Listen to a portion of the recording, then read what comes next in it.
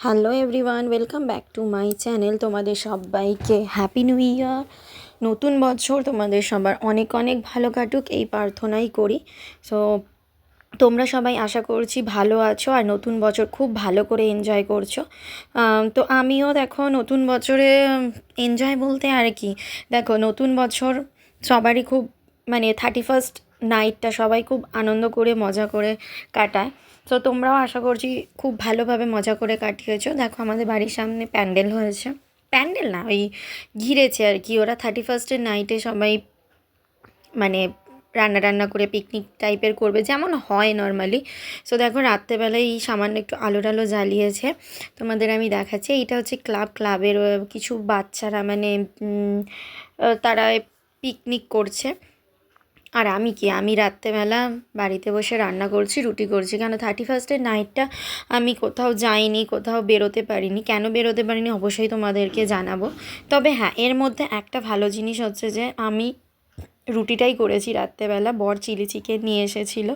So 31st নাইটে কোথাও নাই যাই, কিন্তু একটু ভালো কিছু খাবার তো ইচ্ছেই যায়, তাই না? বাড়িতে বসেই তাই চিলি চিকেনটা করলাম। বাট চিলি চিকেনটা খুব একটা ভালো ছিল না, মোটামুটি ছিল।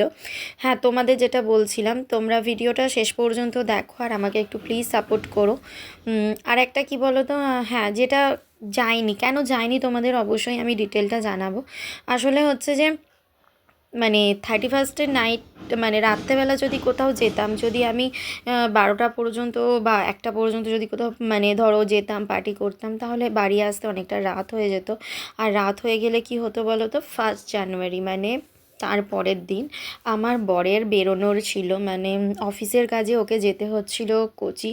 সেই জন্য আমরা রাত্রেবেলার কোথাও যাইনি। যদি ধরো অনেকটা রাত হয়ে যায় ফিরতে, সো একটা মানে জার্নি তো থেকেই যায়, সেই কারণে আমরা আর কোথাও বেরোনি। এখানে বর ওর প্যাকিংয়ে সমস্ত জামা কাপড়গুলো আমাকে বের করে দিচ্ছে আর আমি ব্যাগের মধ্যে গুছিয়ে সব কিছু রেডি করে দেবো।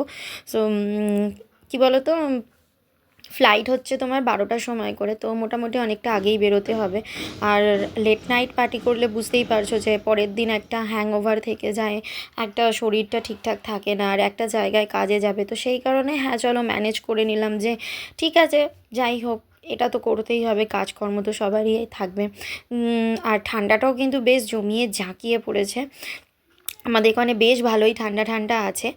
আর মোটামুটি এখানে বরের সমস্ত প্যাকিং ট্যাকিংগুলো আমি কমপ্লিট করে ফেললাম, কেন কি বরের বেশি দিনের না, 2-3 দিনের ট্যুর আছে। তো সেই কারণে ছোটো ট্রলিদের মধ্যে এগুলো সমস্ত মানে হয়ে যাবে। একদিকে সমস্ত face wash, brush, body lotion এই সমস্ত জিনিসগুলো দিয়ে দিয়েছি, আর এদিকে তোমার জামা কাপড়গুলো সব ভালো করে মানে অ্যারেঞ্জ করে দিয়েছি। যদিও বেশি জামা কাপড় ছিল না, অল্প কিছু জামা কাপড় ছিল, সেজন্য খুব একটা অসুবিধা হয়নি। সো চলো তাহলে ব্লগটা এখানেই শেষ করছি।